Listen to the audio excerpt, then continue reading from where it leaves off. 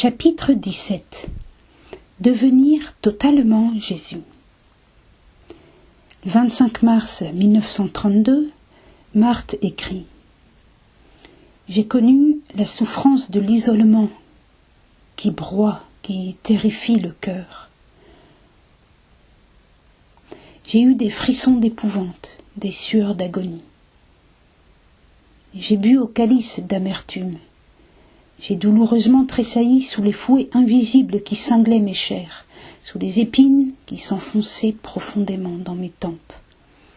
Les blessures cachées qui brûlent toujours, plus atrocement mes mains, mes pieds, mon cœur.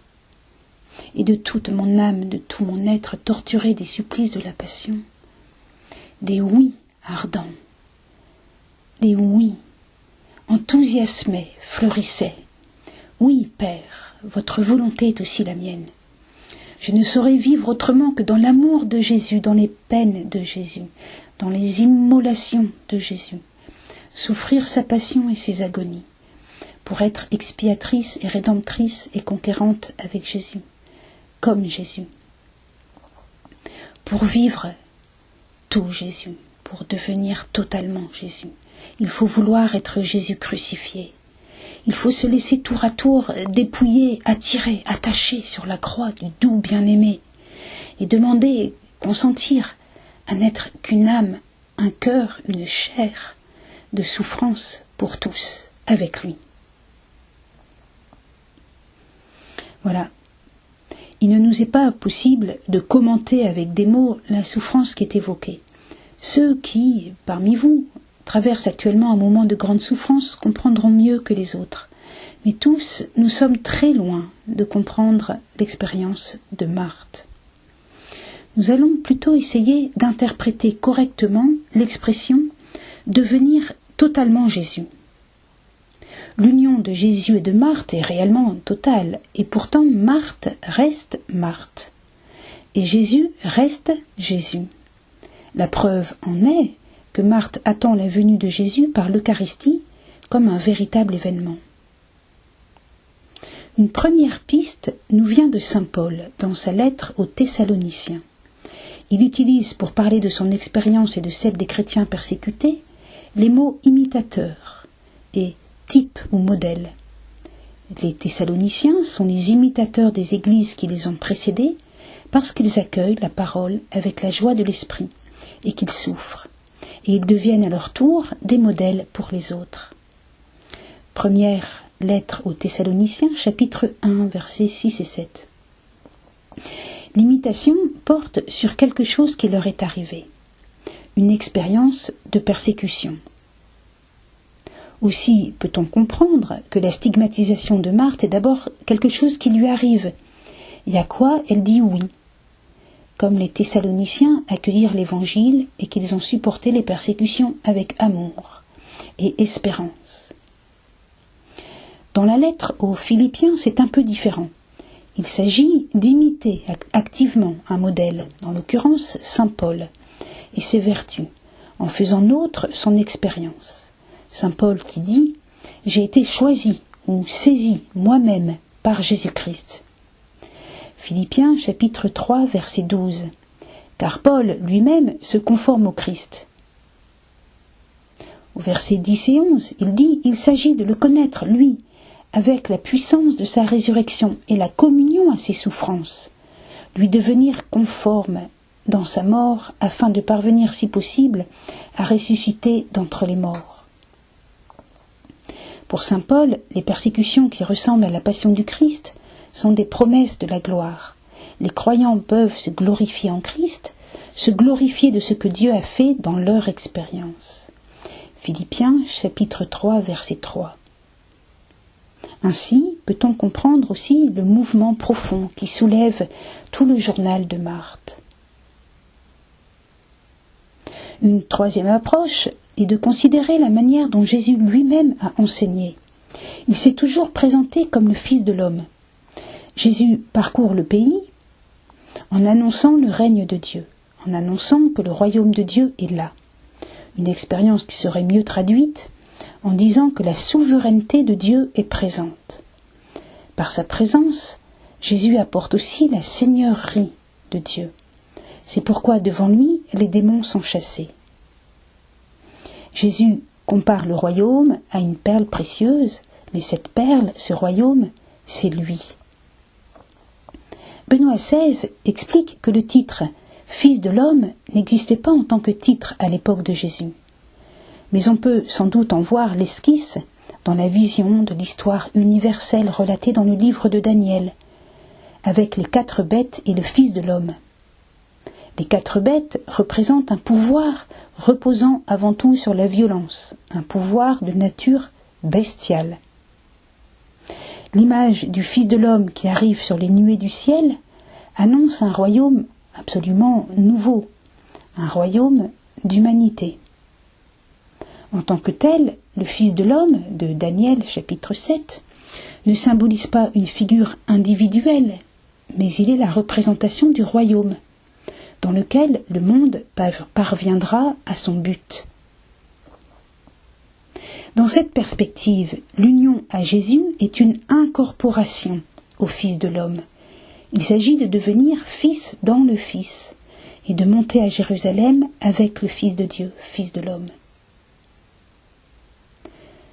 Le Fils de l'homme doit beaucoup souffrir, être rejeté par les anciens, les prêtres, les grands prêtres et les scribes, être tué et après 3 jours ressuscité. Marc chapitre 8 verset 31. Par le fait que Jésus veuille aussi nous emporter dans sa sainte résurrection, devenant le premier-né d'une multitude de frères, Romains chapitre 8 verset 29, Jésus rend à l'expression Fils de l'homme la signification d'un royaume et d'un collectif. Le Fils de l'homme n'est pas simplement un, mais de nous tous avec lui-même, il ne fait plus qu'un. Il nous transforme en une humanité nouvelle. C'est une autre manière de situer ce que dit Marthe sur son union à Jésus. En conclusion, l'union de Jésus et de Marthe est réellement totale. Et pourtant, Marthe reste Marthe et Jésus reste Jésus. Marthe est unie à Jésus, le Fils de l'homme et Fils de Dieu. Elle est unie à sa passion et elle est, comme diraient les orientaux, divinisée dans le Fils. Et c'est aussi dans cette perspective que se lisent les confidences sur sa relation très forte avec Dieu le Père, notre Père. Chapitre 18. De la croix à la résurrection. Dans le journal de Marthe se succèdent les heures d'agonie et les heures pleines de vie. Il ne s'agit pas d'un effet bipolaire, comme disent les psychiatres. Il s'agit du rythme même de l'Évangile. Ce dont témoigne Marthe, c'est d'une union à la vie de Jésus.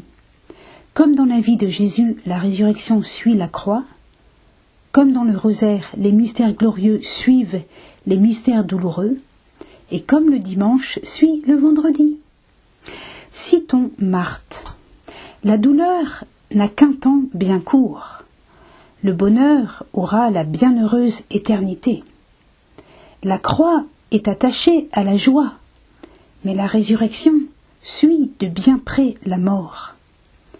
Il y a des jours de pluie, quelquefois bien désolants, mais que de beaux jours de soleil en compensation. Et encore un autre passage du journal de Marthe. Chaque souffrance qui nous étreint, chaque sacrifice qui nous immole, chaque angoisse qui nous jette dans les ténèbres, dans la nuit de l'abandon et de l'agonie, chaque abîme effrayant qui se creuse dans notre cœur comme pour y engloutir tous nos petits bonheurs et toutes nos espérances, chaque suprême désolation qui nous semble le dernier consummatum est une vie nouvelle que le divin Maître inocule en notre âme. Il a vaincu la mort et l'aiguillon de la mort, et, triomphateur suprême depuis sa résurrection glorieuse, il fait passer dans les âmes les mêmes agonies mortelles. Il ne les enferme dans la nuit des tombeaux que pour les ressusciter à l'amour et les faire sortir plus pleines de vie après les avoir ensevelies.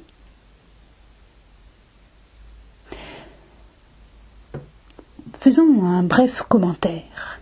Ce rythme est essentiel, il est fondamental, il est chrétien.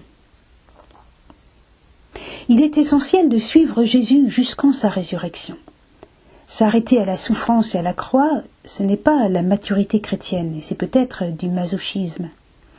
Origène, qui est mort en l'an 254 et dont le père était martyr, offre un éclairage précieux dans son commentaire du Cantique des Cantiques. Il y a une femme parfaite qui entraîne les autres, les jeunes filles adolescentes. Origène dit que celle qui est parfaite, ce pourrait être Marie, aime l'époux en sa plénitude, c'est-à-dire sa Pâque, son élévation au ciel et sa dimension communautaire. Celle qui est parfaite, dit Origène, n'a rien de mort, rien d'insensible dans sa gorge. Elle a le goût de vivre, elle aime Dieu en son abaissement et elle l'aime en sa victoire sur la mort. Au contraire, les jeunes filles adolescentes ne peuvent pas percevoir et aimer le Christ en sa plénitude. Elles ont une complaisance pour la mort. Elles s'attachent au Golgotha, où elles voient un reflet de ce qui est mort en elles, et elles ont besoin d'être fortifiées pour la vie, par le parfum du Christ. Eh bien, d'une épreuve à l'autre, on ne revient pas au point de départ. Les âmes sortent plus pleines de vie, nous dit Marthe. Dans nos vies, la succession de la croix et de la résurrection n'a cependant rien d'automatique. Quand on souffre, on ne sait pas quand la souffrance va cesser, ni même si elle va cesser, ou si on va en mourir. Quand une situation est catastrophique, on ne sait pas quand adviendra un salut. C'est le temps de la foi pure. Saint Jean de la Croix explique, dans le Cantique de l'âme, strophe 1, « Par une nuit profonde, étant pleine d'angoisse et enflammée d'amour, ô l'heureux sort, je sortis sans être vu, tandis que ma demeure était déjà en paix. » Saint Jean de la Croix continue, « C'est dans les ténèbres de mon intelligence, dans les angoisses de ma volonté, dans les afflictions et les chagrins de ma mémoire que je suis sorti. Je me suis abandonné aveuglement à la foi pure, qui est une nuit obscure pour toutes mes puissances naturelles. Seule la volonté, touchée de douleur et d'affliction, était embrasée d'amour de Dieu.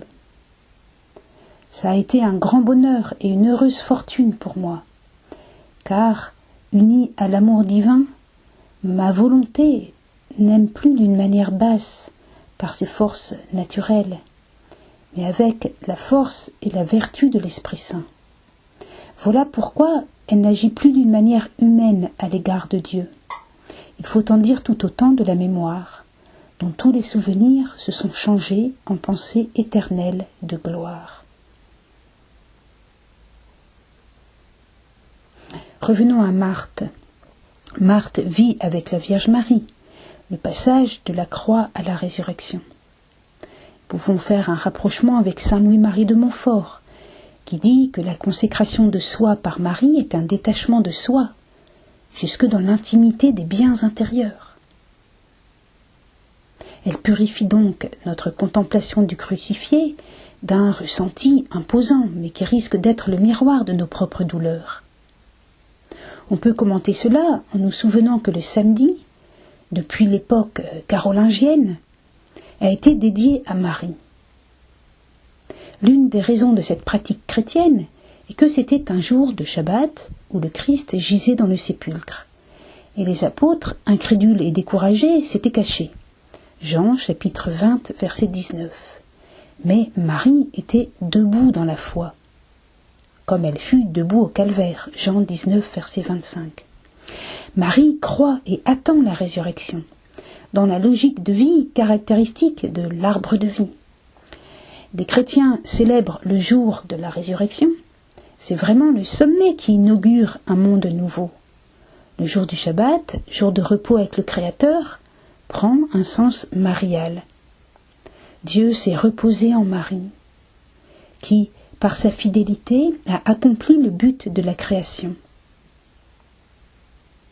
Le Shabbat, jour de joie avec celui qui nous a libérés d'Égypte, jour de délices, antichambre du paradis, fiancé Shabbat, prend un sens marial, avec Marie, la femme parfaite de l'Alliance, qui nous fait passer de la peine de la croix à la joie de la résurrection. Le Shabbat achevait la semaine juive. Le dimanche, premier jour de la semaine, en inaugure une nouvelle, ou plutôt, il inaugure le temps eschatologique.